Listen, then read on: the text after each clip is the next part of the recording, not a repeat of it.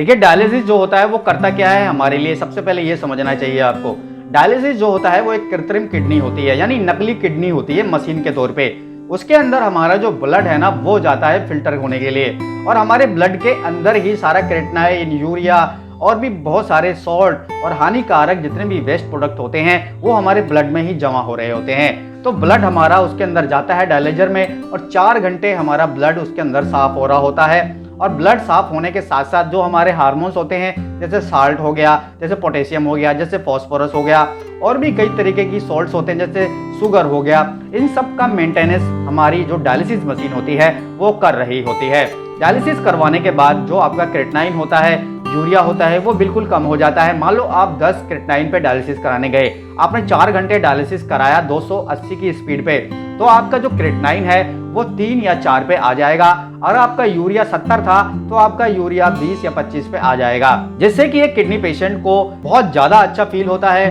खाली उसको कमजोरी हो जाती है डायलिसिस के बाद, जिसमें अगर वो हाई प्रोटीन की डाइट लेता है तो उसको वो कमजोरी भी महसूस नहीं होती है। और एक अच्छी नींद लेने के बाद डायलिसिस के बाद 3 से 4 घंटे की वो बिल्कुल नॉर्मल सा फील करता है और वो सारे के सारे काम कर पाता है। खाली डायलिसिस पे आपको पानी का बैलेंस जो है वो बना के रखना होता है। आपको एक्स्ट्रा फ्लूइड नहीं लेना होता है, क्योंकि ज़्यादा फ्लूइड लेंगे तो आपकी बॉडी में 4 से 5 लीटर 6 लीटर पानी बढ़ेगा, जिसको निकालने के लिए फिर आपको बहुत ज़्यादा प्रॉब्लम्स होंगी, जैसे वीकनेस बहुत ज़्यादा होगी, आपका बीपी लो हो जाएगा, आपके शरीर में क्रैम्प्स आने लगेंगे और भी बहुत सारी दिक्कतें हो सकती हैं। इसलिए डायलिसिस पे ये बोला जाता है कि कम पानी पीजिए, कम पानी पीजिए। बहुत से लोग इस बात को समझते ही नहीं है कि क्यों बोला जा रहा है। डायलिसिस क्यों बंद करवाना चाहते हैं कि एक डायलिसिस व्यक्ति, देखिए डायलिसिस क्या होता है, 4 घंटे का होता है, हफ्ते में 3 या 2 डायलिसिस होते हैं, और डायलिसिस होते टाइम वो कुछ कर नहीं पाता है, क्योंकि हफ्ते में उसके 3 दिन ऐसे ही निकल जाते हैं और हफ्ते में 6 घंटे 7 घंटे उसके 1 दिन का निकल जाता है। तो ये समझिए काफ़ी टाइम जो है उसका डायलिसिस की प्रोसेस में चला जाता है।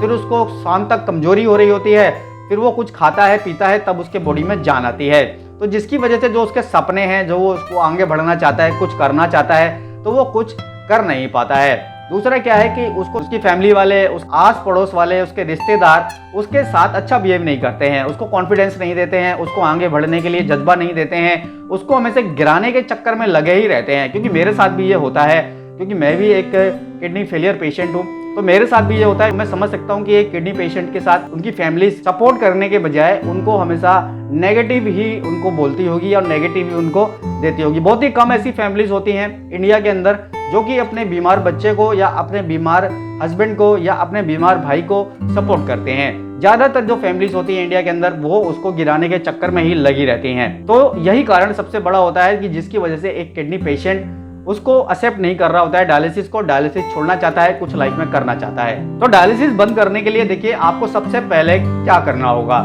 डायलिसिस बंद करने के लिए आपको समझना होगा कि आपकी किडनी के जो नेफ्रॉन्स हैं वो कितने % काम कर रहे हैं। आपकी किडनी के नेफ्रॉन्स अगर 100% ही खराब हो चुके हैं, 99% खराब हो चुके हैं, तो आपका जो किडनी है ना वो ब्लड में से एक्स्ट्रा पानी को नहीं निकाल पाएगी, क्योंकि वो ब्लड को फिल्टर नहीं कर पाएगी, आपको यूरिन बिल्कुल आएगा नहीं। और डायलिसिस में क्या होता है कि धीरे धीरे यूरिन आना बंद हो जाता है। और डायलिसिस क्या करती है कि आपके जो बचे खुचे नेफ्रॉन्स होते हैं उनको भी खराब कर देती है। कारण मैं बता देता हूँ कैसे खराब हो जाते हैं। तो देखिए डायलिसिस में होता क्या है, कभी आपको ठंड लगती है, शिवरिंग होती है, तो आपको पेन किलर का इंजेक्शन लगाया जाता है, जिसमें डायनापार आ जाता है और भी कई तरीके के इंजेक्शन होते हैं। वो एक्चुअली पेन किलर ही होते हैं, आपको पता नहीं होता। उसको लगा देने के बाद आपको ठंड लगना बंद हो जाता है, आपके शरीर में गर्मी आ जाती है, लेकिन वो लगते ही आपकी किडनी पर बहुत ज्यादा असर पड़ता है और आपकी किडनी के बचे कुचे नेफ्रॉन्स धीरे धीरे खराब होने लग जाते हैं। एक किडनी पेशेंट को क्रैम्प्स आने लग जाते हैं, क्रैम्प से बचने के लिए आपको इंजेक्शन लगाए जाते हैं।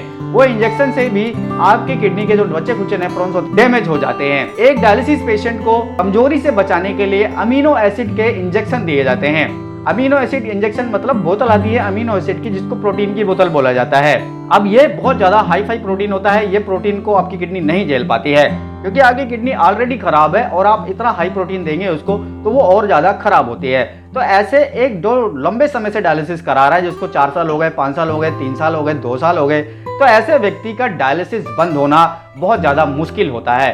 क्योंकि अभी मैंने कारण बताई दिए क्यों बंद होना मुश्किल होता है, आप समझ पाए होंगे। अगर आपके नेफ्रॉन्स 20% भी काम कर रहे हैं, 10% भी काम कर रहे हैं, इसी स्टेज में आप डायलिसिस बंद कर सकते हैं, क्योंकि यूरिन आना सबसे ज्यादा जरूरी है। यूरिन आपको जब आएगा जब आपके नेफ्रॉन्स जिंदा होंगे। अगर मर गए होंगे नेफ्रॉन्स तो आपको यूरिन नहीं आने वाला। अब जो भी किडनी रोगी है जिसका डायलिसिस अभी शुरू हुआ है, लगभग 6 महीने ही उसको डायलिसिस पे हुए हैं, तो ऐसे किडनी रोगी का, ऐसे डायलिसिस पेशेंट का डायलिसिस बंद हो सकता है।